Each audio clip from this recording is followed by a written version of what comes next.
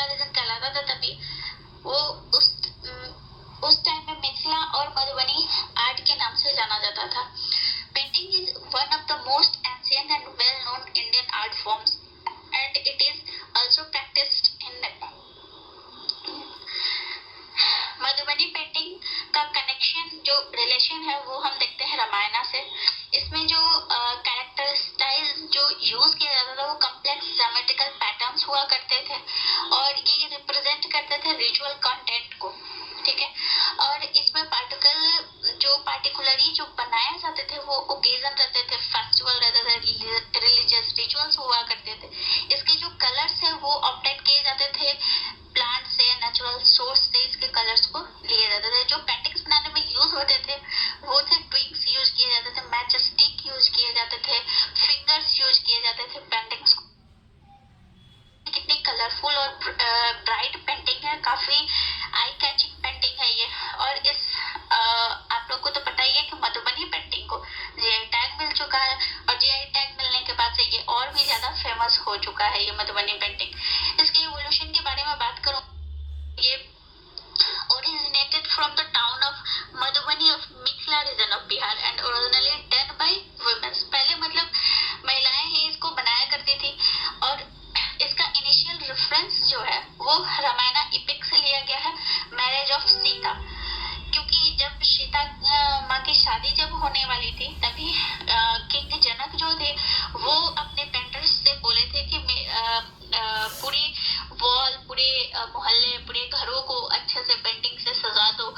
जब उनकी बेटी की शादी होने वाली थी उस पे बोले थे और ये एक कनेक्शन है इसका मधुबनी पेंटिंग का।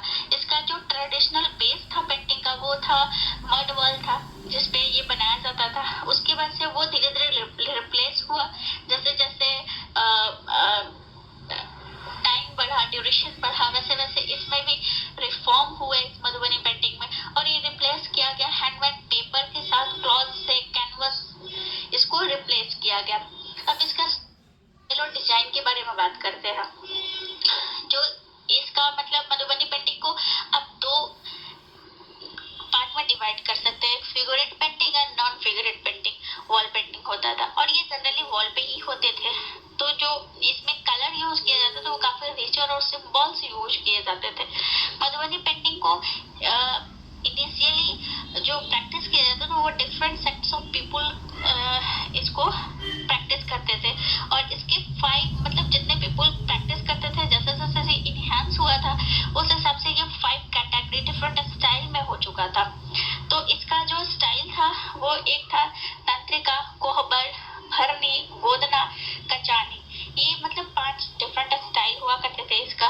जो इसके स्टाइल थे उसमें ज्योमेट्रिकल पैटर्न्स यूज किए जाते थे, फ्लोर यूज किए जाते थे, एनिमल्स यूज किए जाते थे और बर्ड मोटिव्स यूज किए जाते थे। तो इसका पहला स्टाइल जो था वर्नी स्टाइल। उस वर्नी स्टाइल में इसका जो इमेज जो बनाया जाता था उसका आउटलाइन जो था वो बोल्ड और डार्क ब्लैक कलर से बनाए जाते थे और इमेज को जो फिल किया जाता था वो ब्राइट कलर से फिल किया जाता था, जैसे रेड, येलो, ऑरेंज, ये सारे कलर से इसको फिल किया जाता है। देख सकते हैं इस पिक्चर में कितनी खूबसूरती से इस फिश को बनाया गया है और इस फिश में वो बोल्ड और ब्लैक कलर को यूज किया गया और देखिए ये हल्का पिंक, ऑरेंज, येलो इस तरह के कलर यूज किए गए हैं। नेक्स्ट स्टेप जो है वो है कचानी। कचानी में आप देख के मतलब नाम से ही लग रहा है कि कचानी मतलब कचकच टाइप से ऐसा कुछ लग रहा है, पर हाँ सच में कुछ ऐसा ही है क्योंकि इसमें पतले पतले लाइंस बनाए जाते थे और इसमें जो छोटे छोटे डॉट्स बनाए जाते थे। इसमें जनरली 2 ही कलर यूज होते थे, एक ब्लैक और एक वर्मिलन रेड, मतलब सिंदूरी लाल जो होता था उसको यूज किया जाता था इसमें। तो ये थोड़े से मतलब इसी टाइप के कलर हुए थे, इसको फिल किया जाता है डॉट डॉट बनाकर, लेकिन काफी खूबसूरत लगते थे, काफी आई कैचिंग रहते थे ये भी पेंटिंग। उस से बात करती हूँ तो ये गोदना स्टाइल, आजकल हम लोग टैटू बनवाते हैं डिफरेंट टाइप का, ब्लैक जिस तरह का टैटू है जस्ट लाइक दैट ये गोदना स्टाइल भी होता था। गोदना मीन्स टैटू।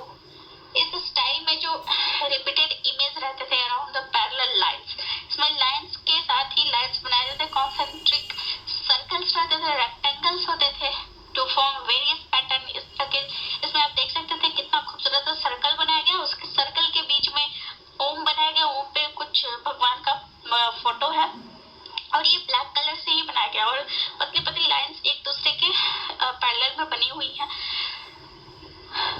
और लेकिन कुछ कुछ जो कलर्स होते थे, कुछ कुछ वो इमेज जो होते थे वो कलर से भी फिल किए गए रहते थे। कुछ जो गोदना स्टाइल के आर्टिस्ट होते थे वो काउ डक वॉश किए हुए पेपर को भी यूज करते थे उस पेंटिंग को, उस स्टाइल को बनाने के लिए। नेक्स्ट स्टाइल जो है तंत्रिका स्टाइल है। ये जो स्टाइल रिप्रेजेंट करता है ट्रेडिशनल और रिलीजियस टेक्स्ट को प्रीसियस मैनर में इस स्टाइल को रिप्रेजेंट करता था। इसमें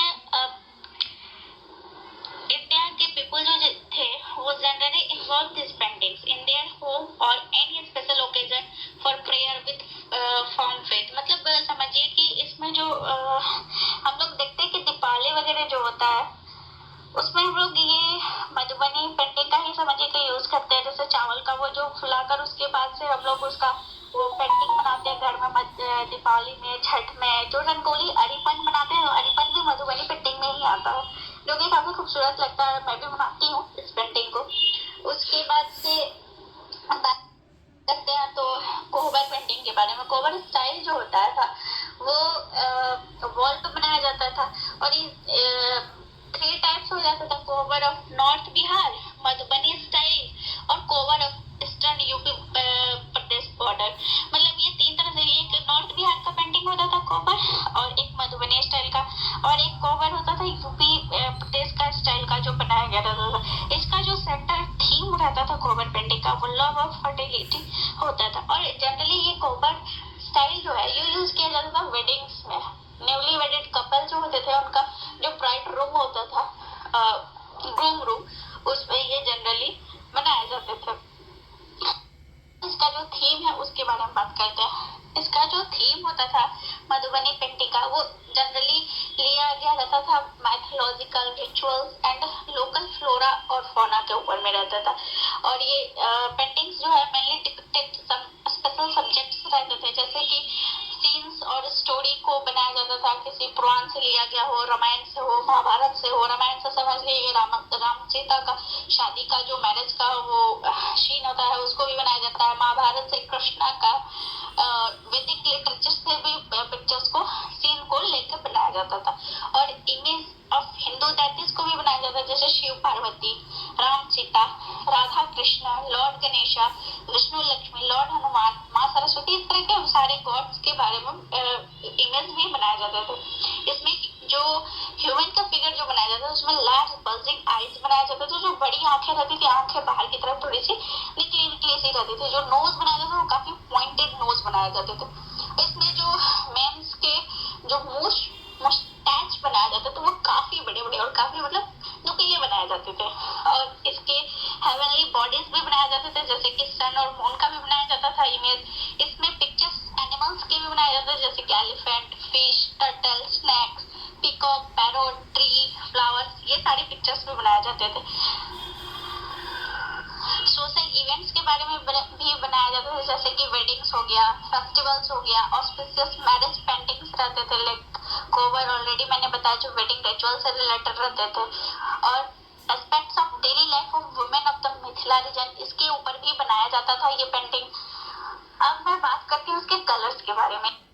कलर्स कहाँ से लाते थे, कैसे बनाते थे, इसके बारे में बात करती है। जो कलर्स रहते थे वो नेचुरल कलर्स, नेचुरल और बोल्ड कलर्स लिए जाते थे इस पेंटिंग में, जैसे कि रेड, येलो, ब्लू, ब्लैक, ये सारे कलर यूज किए जाते थे। अब मैं बात करती हूँ कि इसके सोर्स क्या होते थे इस कलर का। तो जो सोर्स होते थे तो ब्लैक कलर जो था वो ब्लैक कलर मिक्स किया जाता था सूट विथ काउडंग, उसके बाद से ये कलर बनता था। और इस कलर को यूज किया जाता था बॉर्डर और आउटलाइन को बनाने के लिए जनरली यूज किया जाता। जो येलो कलर था वो बनाया जाता था टर्मरिक से। व्हाइट कलर जो था वो राइस पाउडर से। ऑलरेडी मैंने बताया कि दीपावली वगैरह में हम लोग काफी चाव से, काफी इंटरेस्ट के साथ घरों में बनाते हैं दीपावली के टाइम में। वो चावल को पीस कर उसका पेस्ट, एक काढ़ा पेस्ट बनाकर तब उसके बाद से फ्लोर पे वो आर्ट वर्क बनाया जाता था दीवार पे, काफी खूबसूरत लगता था। आज भी गाँव में जाइएगा तो दिखिएगा कि दीवार पे काफी खूबसूरत मधुबनी पेंटिंग। अभी तो हाल फिलहाल में ट्रेंड्स वगैरह में भी इसको प्रमोट करने के लिए गवर्नमेंट ऑफ बिहार गवर्नमेंट जो है वो प्रमोट कर, बिहार संपर्क क्रांति जो ट्रेन है उस पे पूरा मधुबनी आर्ट्स को बनाया है और काफी प्रमोट किया गया है। कलर है वो वुड एप्पल ट्री के लीफ से लिया जाता है। ब्लू कलर जो है वो इंडिगो से लिया जाता था, और जो रेड कलर है वो कुसुम फ्लावर्स और या फिर लाल सैंडलवुड रहता था उससे लिया जाता था। ऑरेंज कलर जो है वो flower of the pliers tree इससे लिए जाते थे। नेचुरल कलर धीरे धीरे जैसे जैसे बढ़ते मतलब गए, जैसे जैसे सब चीज चेंज होता गया तो ये रिप्लेस होने लगे, कलर में रिप्लेस होने लगे।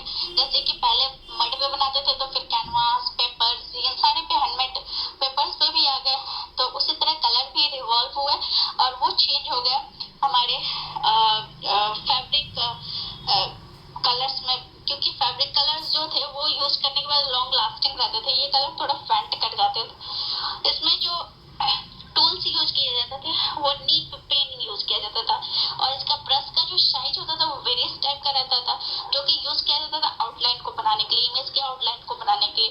ब्रश यूज किया जाता था, twig, match stick and fingers use किए जाते थे स्पेक्टिक को बनाने में। जो कलर थे और इसमें जो सिंबल्स बनाए जाते थे तो वो कुछ ना कुछ को रिप्रेजेंट करते थे।